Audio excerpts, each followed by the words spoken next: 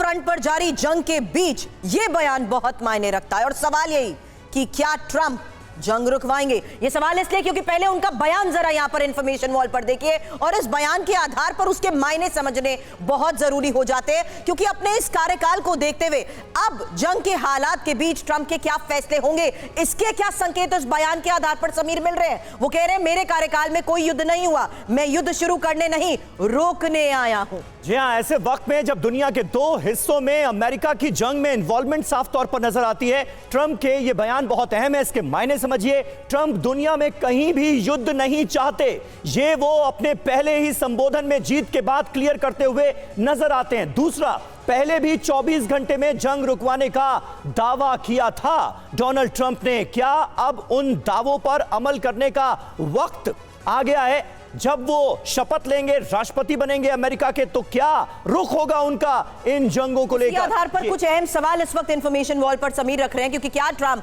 Ukraine को अब मदद रोक देंगे और ट्रंप मिडिल ईस्ट में शांति के लिए क्या करेंगे। हालांकि इससे पहले एक पहला सवाल हमने रूस यूक्रेन युद्ध के इस हालात को देखते हुए इसलिए बार बार दोहराया कि क्या वो युद्ध रुकवा देंगे। जी हां, रूस यूक्रेन युद्ध को लेकर तो उनका जो पक्ष था, उनका जो रुख था, वो बिल्कुल साफ था। ये इस पर बात करने के लिए हमारे साथ इस वक्त खास मेहमानों का एक बड़ा पैनल जुड़ गया है। उनसे आपका तारुफ करा दें। वॉशिंगटन डीसी से मनीष झा हमें ज्वाइन करेंगे। लेफ्टिनेंट जनरल संजय कुलकर्णी साहब हमारे साथ मौजूद हैं, रक्षा विशेषज्ञ के तौर पर। फॉर्मर एम्बेसडर अचल मल्होत्रा हमारे साथ इस वक्त जुड़ चुके हैं। विंग कमांडर आलोक सहाय हमारे साथ इस वक्त मौजूद हैं। लेकिन सबसे पहला सवाल संजय कुलकर्णी साहब आपसे, क्योंकि अब तक डोनाल्ड ट्रंप ने दुनिया के दो हिस्सों में चल रही इन जंगों को लेकर जो बयानात दिए हैं वो इस तरह से दिए क्योंकि उन्हें राष्ट्रपति पद का चुनाव लड़ना था। कई वादे किए, कई दावे किए गए, लेकिन अब वो चुनाव जीत चुके हैं। राष्ट्रपति बनने के बाद अपनी कही गई किन बातों पर वाकई अमल कर सकते हैं डोनाल्ड ट्रंप? क्या लगता है आपको?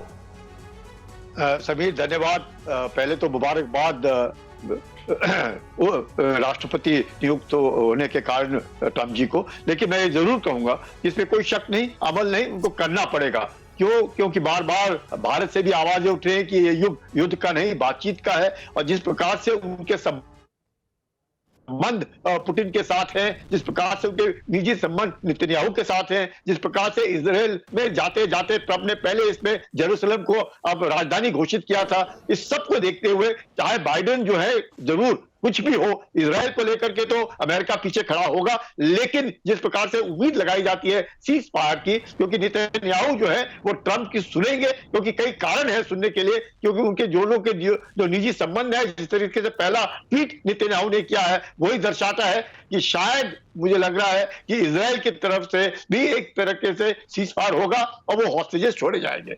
जहां तक यूक्रेन का सवाल है, यूक्रेन को लेकर के जरूर अपने बार बार ट्रंप कहते आए हैं कि जितने भी नाटो के सदस्य हैं वो 2% अपना जीडीपी का देंगे, और ये अगर सोचते हैं कि अमेरिका के कंधे को लेकर के अपनी उन्नति करेंगे और अमेरिका को नीचे गिराएंगे, वो उन्हें मंजूर नहीं है। और जेलेंस्की को उन्होंने वैसे भी बार बार खड़ा किया था कि आप इसको संभालने की कोशिश करें। तो मैं जरूर कहूंगा सीज फायर यानी कि जो भी आज की तारीख में है अपने अपने रहे पे बातचीत होगी और बातचीत के बाद कार्रवाई शुरू होगी।